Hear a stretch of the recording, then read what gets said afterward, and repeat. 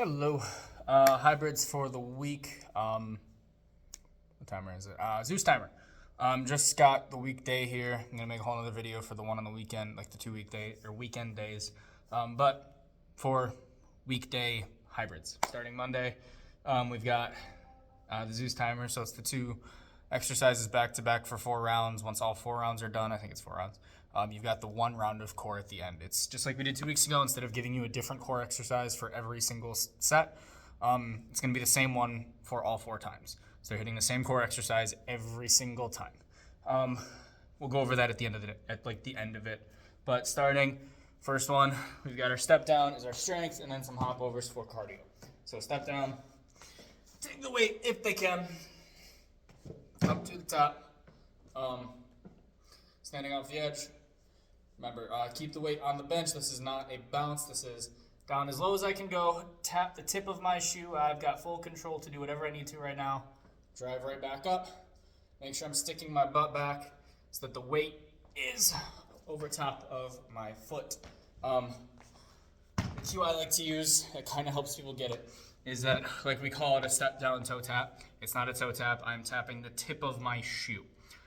Because when you tell them to tap their toe, they're going to kind of put their foot down and bounce it back up. And we want to eliminate that. We want full control at the bottom of that rep before we come back up. Excuse me. After that, though, they'll go with hop overs. They're bouncing back and forth between the 2 exercises, and then also bouncing back and forth on the bench. So from the step down, a little bit less control as I'm bouncing through that exercise. Cool. Moving on, we got our straps for a single arm low row. Challenge the core a little bit with a normal row that we're used to. So take this up a little bit so I don't have to break myself on camera doing this. Take the strap, lean yourself into it. Naturally, everybody's going to want to roll out this way. Keep your core engaged. Make sure you are staying flush with the wall, flat as you can, as you do your normal TRX row. It's a pretty straightforward concept, but also a lot easier said than done for a lot of people, especially once we start getting deeper into that row and we're closer and closer to the floor. Keep an eye on them. Make sure they're not rotating too much. This is going to be one of those ones where you're going to get a little handsy with people, kind of like helping them feel the difference between flat and not flat, because 9 times out of 10, someone's going to be leaning back this way, and they're like, Zach, my shoulders are flat. No, they're not. You know they're not. They don't know that they're not, though. So you got to kind of adjust people. Like I said, get a little handsy, let them see the difference. After that, rope waves. We know those. We're good. Lateral lunge. Big thing we're looking for is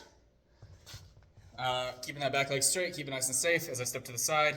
I do not want to see this knee bending. Only the working leg, keeping my toes straight ahead, pushing my butt back, getting as low as I can. I want to see this thigh parallel to the floor before I stand up. Push back into the middle, all the way down, all the way up. Yeah, I want to see that foot flat, helps engage glutes a little bit more, helps you feel more stable, so we can push off where we want to push off from, use the muscles we're supposed to use. Low squat jack, it's like a pop squat, nice and low. In and out the whole time. I'm never coming into the middle up to the top. I'm staying low as my feet move. Up downs from my plank. A little bit extra core for the day. From the top, nice and low. Come back. Let me adjust the camera so we can see what I'm talking about. So, from that plank position, I drop it down. I'm going to pull that same hand back and up. Now, on this side, we're going to talk a little bit specific. So the whole idea we know is, like, keep your hips super stable, don't let anything move. But this is usually where people screw it up, is they take their hands and they put them way out here. And then they try to pick it up. That's a pretty funky looking plank. We know hands stuck under my chest for a good plank. Under my shoulders, whatever cue you want to use. So a good way to get people to understand it, when they're in that low plank, elbows into their shoulder, I'm going to take my hand, pull it back by my elbow, then do a push-up. It is a push-up with extra sets. But if they can keep lining up their hand with their elbow as they move up and down, they're a lot less likely to elongate that plank further than we want to see it. After that, we got mountain climbers, hands and feet, bouncing back and forth. Cool, that's whatever. Our like daily core, the one that we're gonna come back to, is a hollow hold rock. Hollow holds are tough for a lot of people. It's another one of those, like, you kind of need some body awareness. We're gonna push. The way I like to tell people, get yourself to the top of your crunch. Everybody knows a crunch is like half of a sit-up. A sit-up, my whole back comes up. A crunch, my low back stays into the ground. Upper back is coming off. I'm rounding out that spine. Once I'm into the top of that, legs are, I know you can't see my feet, but they're up, pointing to the corners of the room, so I'm like making a weird U shape. For the rock, I'm just gonna start rocking back and forth. I'm not swinging myself through that. I'm not doing anything but giving myself a little bit of a head start, and then slowly rocking back and forth like a teeter-totter, seesaw, whatever you want to call it. Cool. Moving on to Wednesday. Bench leg raises. Lay down flat. I like to put my hands behind my back, behind my head. Drive up to the top, a little bit of rounding out through that spine, right back down. Cool. The way to make this one tougher for people, because for a lot of people this is nothing, and some people will say, like, grab a weight, put it between your feet. No. Have them let their butt hang off the bench just a little bit. Because what it does is it increases the weight that you have to support with your abs, because it's now less weight on the bench. It's nice and long. Drive up to the top. Control back parallel to the floor. Drive right back up. It takes all of about half of a second before people realize that that's like 8 times more intense. So if you get the people where a normal leg raise is nothing, that's what you do. That's how you take it up a step for them. Bench sprawl. Normal sprawl, it is your burpee without a push-up, or it's your burpee without the top half. So start from a plank, come up, squat, right back out, coming in and out that whole time. TR exercise, tricep extension. Done this one a few times and it always kills everybody. Right over there. Sorry, I actually moving further and further away from the wall. Out, zombie arms, bend through your elbow, not your shoulder. I want to be able to see my elbows for the whole rep. If I do this and my arm comes back this way, putting a ton of stress on my shoulder first off. Like, this is gonna wreck a lot of people's shoulders, put a lot of stress on people's backs. If I'm standing up, this is the only thing that's happening. Nothing else is moving, no joint is rotating except for my elbow flexing and extending. From there, I'll flip it around, jump lunges, drop the knee, back and forth. As always, support in case something goes wrong, not to help you jump higher. Cool. Gorilla rows and burpees paired together. So they can take whatever weight they're using for their row, use it for their burpee, back and forth, keeping the elbow nice and tight. That weight's more coming into their hip than anything. After that, we always tell them ballooing up for safety. Jason, you learned that lesson the hard way last week, but ballooing up for safety. Keep it down, kick it out, right up, stand, right back down.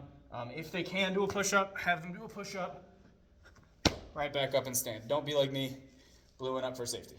Cool. Thrusters, dumbbell thrusters into a push press. So the thruster is a little bit slower paced. Push press is gonna be a lot faster paced.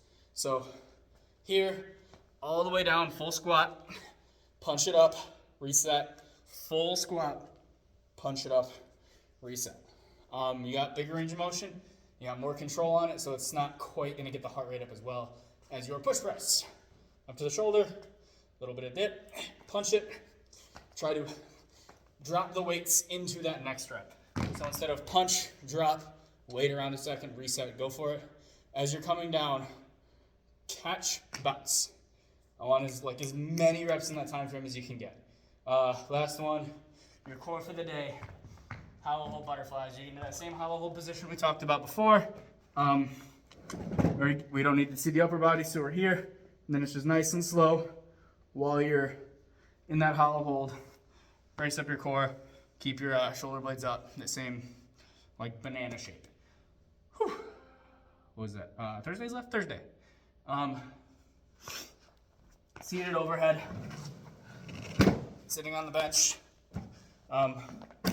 We'll probably pull the benches up to the top, so they can lean back into it. I think I'm setting up for this one, so if I throw them up, I will. If not, then not. But here, all the way up, all the way down, keeping those elbows just pulled in ever so slightly. I'm not neutral grip. I'm not making the letter T with my body.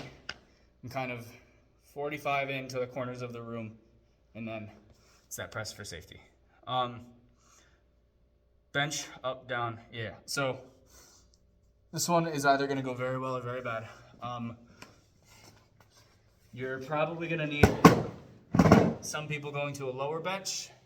So I would teach people how to set their benches up because they're not going to have a ton of time to do so. So make sure they know how to lower and raise their benches. But up, down, push up. Yes.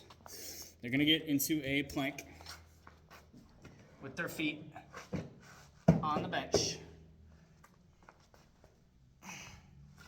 Feet on the bench. They're going to do a push up here. Drop, drop, push up, drop, push up.